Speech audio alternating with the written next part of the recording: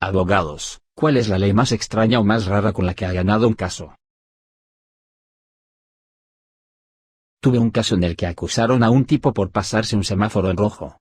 El caso es que había estado sentado frente a las luces durante 5 minutos y no había cambiado. La redacción de la sección específica bajo la que se le imputaba se refería a las señales de alto y los semáforos y se refería a ellos como dispositivos de regulación del tráfico. Argumenté con éxito que, dado que el semáforo no estaba cambiando, no estaba regulando el tráfico y él se bajó. No lo podía creer cuando el juez falló a mi favor, ni tampoco el fiscal de la policía. ¿Cómo es que eso no está ya en la ley? Un mal funcionamiento leve ciertamente no puede significar que te quedes ahí sentado para siempre. Solo una de esas cosas que no habían surgido antes, supongo, y era un escenario lo suficientemente raro como para no haber sido contabilizado en el acto. Se sorprendería de lo incompetente que es la redacción de algunas leyes. En Alemania, tiene derecho a pasar la luz roja, con cuidado, si no cambia ya ha esperado un tiempo razonable. La mayoría de los estados de Estados Unidos tienen una ley similar para las motocicletas porque no activan los sensores. El caso más extraño que he abordado fue el de Holly V. Pelletier, 1999, OJ No. 1728, SCJ. Investigué un poco para este caso cuando era estudiante de Derecho. Lo que sucedió fue esto: un hombre demandó, entre otros, al Colegio de Cirujanos Dentales, por perseguirlo e interferir en su capacidad para vivir como un marciano genérico. El demandante afirmó que había sido clonado de los desechos espaciales que la NASA encontró en la década de 1960. Afirmó que tenía una prueba genética para probar esto, pero la CIA la había falsificado como parte de la conspiración en su contra. Bueno, naturalmente, esta afirmación plantea la preocupación de que el demandante estaba loco, pero no había evidencia, aparte de sus extrañas afirmaciones, de eso. En el tribunal, el caso se decidió por dos motivos alternativos: primero por el aburrido motivo de que el caso era evidentemente frívolo y vejatorio porque era absurdo. Sin embargo, también se decidió sobre la base más entretenida. El juez Epstein sostuvo que solo una persona podía iniciar una acción en Ontario. Las reglas de procedimiento civil definen a una persona como un ser humano o una corporación. Todo el caso del demandante se basó en que él era un marciano. Si no era marciano, su caso no tenía ningún mérito. Si era marciano, no tenía legitimidad para iniciar una demanda en Ontario. En resumen, ahora tenemos un precedente de que los marcianos no pueden demandar en Ontario.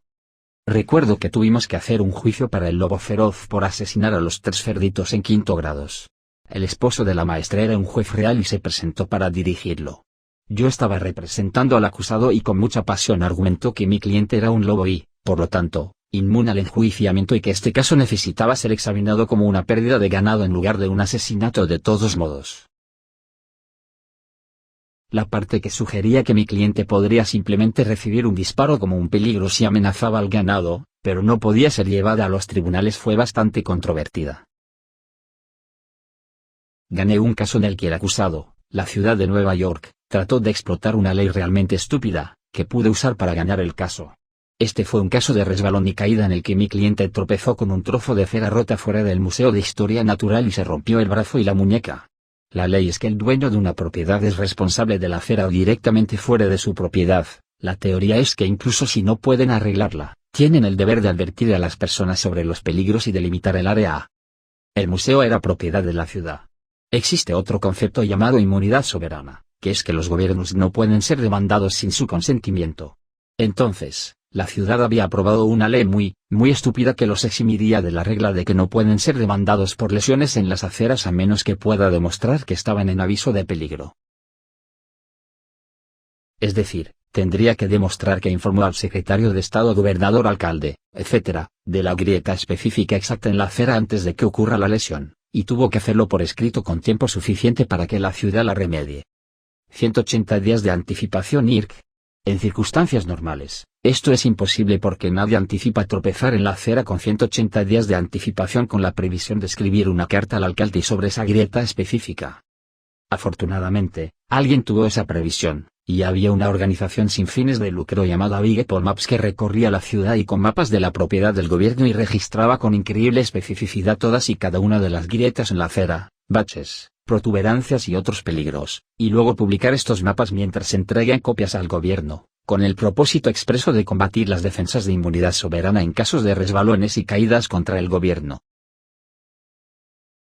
Conseguí uno de estos mapas y visité el sitio, y pude tomar fotografías de la sección de la acera donde cayó mi cliente, y se pudo ver concreto recién colocado sobre el área en la posición exacta indicada en el mapa, mostrando dónde se había reparado la acera después de que mi cliente se resbaló. Básicamente, el abogado del gobierno mencionó la defensa de inmunidad soberana y describió todos los pasos estúpidos que habría tenido que seguir para superar su moción de desestimación. Mi respuesta fue: «Oh, ¿te refieres a esto?», y les di el mapa. Liquidación inmediata. La mamá de un amigo fue detenida por multas vencidas, y cuando el policía llegó al auto, ella no estaba usando el cinturón de seguridad. Para colmo, su licencia estaba vencida. Tratando de ser amable, el policía descartó una de las violaciones y le escribió por las otras dos.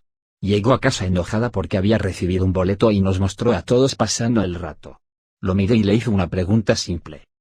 ¿Por qué te detuvo? En el momento en que se redactó la multa, los policías no podían detenerlo por no usar el cinturón de seguridad, que era una de las violaciones en la multa. Sin una razón válida para detenerla, ¿cómo se habría enterado de que su licencia estaba vencida, que era la otra infracción en la multa? La dejó escapar por la única violación por la que podría haberla detenido. Fue a la corte e hizo la misma pregunta. 10 minutos después, salió de la corte sin tener que pagar un solo centavo. Tenía una clienta con un problema médico grave que le costó su trabajo, y se estaba preparando para declararse en quiebra por las facturas médicas y las deudas de tarjetas de crédito. La cosa era que tenía como $15,000 ahorrados y no me lo dijo. Era todo lo que le quedaba de los ahorros de su vida. Antes de que archiváramos su caso, se lo dio a su mamá para que lo guardara. Lo que no sabía es que podría haberse quedado con el dinero durante la quiebra. Pero regalarlo de antemano es un no. Tuve que decirle a la corte cuando me enteré, y cuando esto suceda, la corte tiene derecho a demandar a la madre por los $15,000. La cuestión es, la deuda de la madre con el tribunal de quiebras de su hija también descartable en caso de quiebra. Así que la madre también se declaró en bancarrota y, después de todo, se quedaron con el dinero. No soy abogado, pero investigué lo suficiente como para librarme de una multa de estacionamiento una vez. Cuando estaba en la universidad, estaba en la banda de música. Teníamos un trastero en el sótano de uno de los dormitorios. Iba a sacar algo del almacén y lo estacioné en el muelle de carga detrás del dormitorio. Había suficiente espacio al lado de un contenedor de basura para que quepa mi auto. No quería gastar $5 en un pase de zona de carga de los servicios de estacionamiento, porque era un estudiante universitario pobre, así que simplemente estacioné. De todos modos, solo iba a estar 2 minutos. Termino de recoger lo que necesito, seguro que vuelvo a mi coche con una multa de aparcamiento. Excepto que no es la multa de $25 por estacionarse en una zona de carga, es una multa de $75 por estacionarse en un carril de bomberos. ¿WTF? Había un solo letrero en la parte delantera de la carretera lateral que conducía a la zona de carga, pero no había pintura en la acera, ni indicación de dónde comenzaba el carril de incendios y dónde se detenía. Llamé a la policía de estacionamiento para decirles esto y no hicieron nada. Bien, tomé fotografías del muelle de carga y envié una solicitud de información para obtener las fotografías de las pruebas. Conseguí las fotos y comencé a investigar los requisitos de los carriles contra incendios en el estado. Lo que encontré indicaba claramente que las franjas en las aceras eran obligatorias. Llamé a la policía de estacionamiento y les dije lo que encontré y aún así no hicieron nada. Frustrantemente volví a mirar la ley. La parte por la que me citaron decía que nada podía obstruir un carril de incendios en ningún momento. Volví a mirar las fotos de las pruebas y vi el contenedor de basura junto a mi coche. Si se trataba de un carril de incendios, entonces el contenedor de basura también estaba bloqueando el carril de incendios.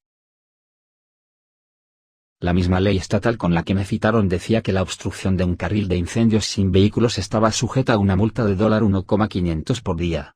Encontré imágenes de satélite de 4 años antes que mostraban que el contenedor de basura había estado ahí durante al menos 4 años. Así que le dije a la policía de estacionamiento de la universidad que si se trataba de un carril de incendios, entonces la universidad lo había estado obstruyendo durante al menos 4 años y le debería al Estado $2.2 millones en multas si lo denunciaba. La multa de estacionamiento desapareció inmediatamente cuando envié al comité de apelaciones sus propias fotos de evidencia, imágenes de satélites y la misma ley estatal con la que me citaron. Pasé una semana después y el contenedor de basura había desaparecido, La acera estaba pintada y había 2 letreros nuevos para el carril de incendios. No soy un abogado, pero la primera y única vez que usé la puerta de emergencia de la estación de metro para llegar al tren, la puerta de entrada no funcionaba, eran las 3 a.m., yo era un universitario borracho que intentaba tomar el último tren a casa. 2 oficiales del metro me atraparon y me dieron un ticket con una enorme multa por intentar evitar pagar la tarifa. Me presenté a la audiencia desesperado, y terminaron teniendo que retirar la multa mientras revisaban el caso conmigo porque un policía había grabado que entré por la puerta de emergencia de la derecha y el otro escribió que yo entró por la puerta de emergencia de la izquierda. Nunca he estado tan agradecido en mi vida. Me estoy imaginando a 2 oficiales de policía de Nueva York enojados gritándose el uno al otro de manera cómica. Maldita sea Tony, mi izquierda no es tu izquierda. Y así. Ja, y por supuesto, uno de los policías tiene que arrojar su sombrero enfadado. Yo no era el abogado, sino un alguacil en ese momento. Esto no era tanto extraño como divertido en cierto modo. Entonces, un oficial detuvo a un hombre por conducir obviamente en estado de ebriedad, o eso parecía. Desviarse un poco, más lento de lo esperado por el flujo de tráfico, que sí. Eso puede generarle una multa, y pasar por una señal de alto. Tan pronto como el oficial detuvo al tipo, el hombre salió del vehículo y tomó un gran trago de una botella de whisky. El oficial lo arrestó por conducir en estado de ebriedad, y el tipo superó el límite legal. Avanzando rápidamente hasta el juicio, el abogado del tipo argumentó que, si bien su cliente puede haber tenido problemas de conducción, el hecho es que, dado que bebió un gran trago de alcohol tan pronto como lo detuvieron y salió del vehículo, el oficial no pudo estar seguro de si eso fue lo que lo empujó más allá del límite legal, o no. El abogado respondió que el oficial no podía entonces razonablemente acusarlo de conducir en estado de ebriedad, ya que era muy posible que estuviera bien antes de ese último gran trago. En pocas palabras, el juez estuvo de acuerdo y tuvo que desechar el cargo de conducir en estado de ebriedad, aunque no quería, ya que razonó que, si bien el razonamiento del acusado era sólido en la ley, de la misma manera temía que pudiera alentar el abuso. Cualquiera que sea el caso, el tipo se libró del cargo. Más tarde escuché que esta puede no haber sido la primera vez que el tipo ha intentado ese truco.